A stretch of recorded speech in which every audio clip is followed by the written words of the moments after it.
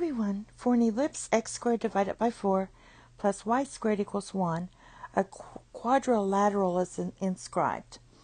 Also, when an ellipse with foci f and f prime, which is b comma 0 and negative b comma 0, is inscribed in the quadrilateral, we have a squared times b squared equals q divided by p. P and q are disjoint positive integers.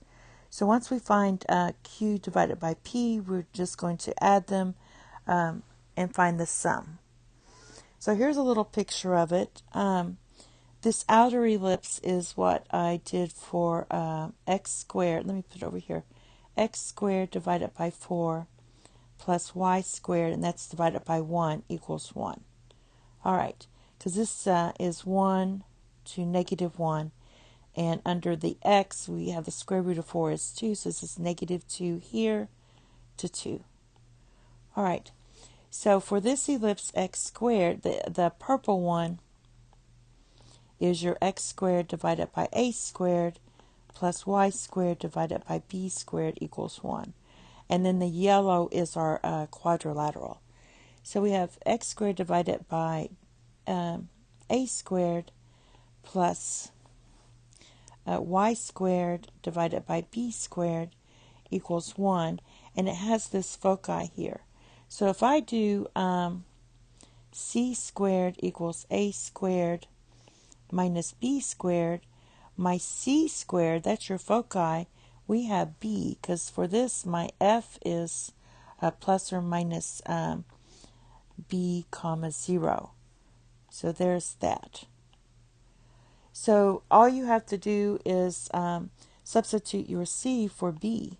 So we basically have b squared equals a squared minus b squared, or you could say a squared equals 2b squared. So we're going to call this one equation 1 because we're going to use this a little later. All right, also let's note, and let's see, we'll use the blue. We're going to use this equation of the tangent line with a given slope to an ellipse. So basically, if I draw these lines like this through these 2 points here, or I could do it as well right here, the slope of this line is 1/2 because you have your y divided by your x. So this slope is going to be 1/2. And therefore, I'm going to use this equation of our tangent line with the given slope and get another equation. So we're going to get y equals 1/2 x plus or minus square root of a squared times 1/2 squared plus b squared. Now we'll call this equation 2. Now the y-intercept of the line 2 here is going to be plus or minus 1, because if you substitute in for x is 0, you're going to get let's see, this is going to be plus or minus 1 because you're going to have a square root of a squared times 1/2 squared plus b squared. And then when you substitute in our equation, this is going to equal a squared is 2b squared. This is going to give you plus or minus 1. So this is your y-intercept.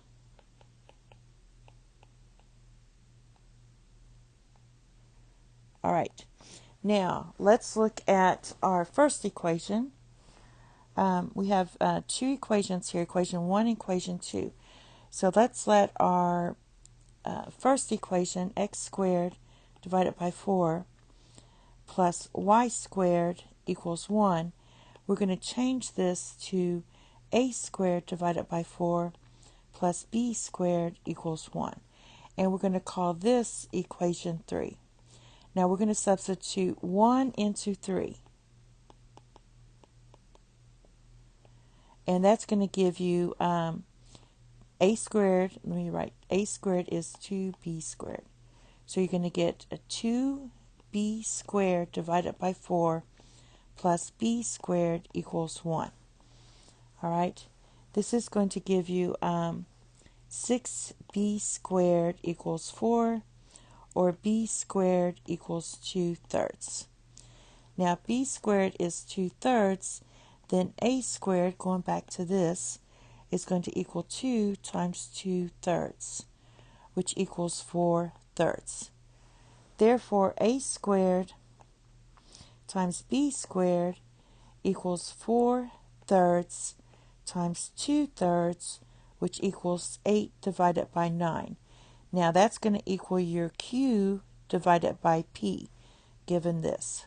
All right, so now that we have that, our p plus q is going to equal 9, this is your p, plus 8, which equals 17. So that is your p plus q. Thank you. Have a nice day. Bye-bye.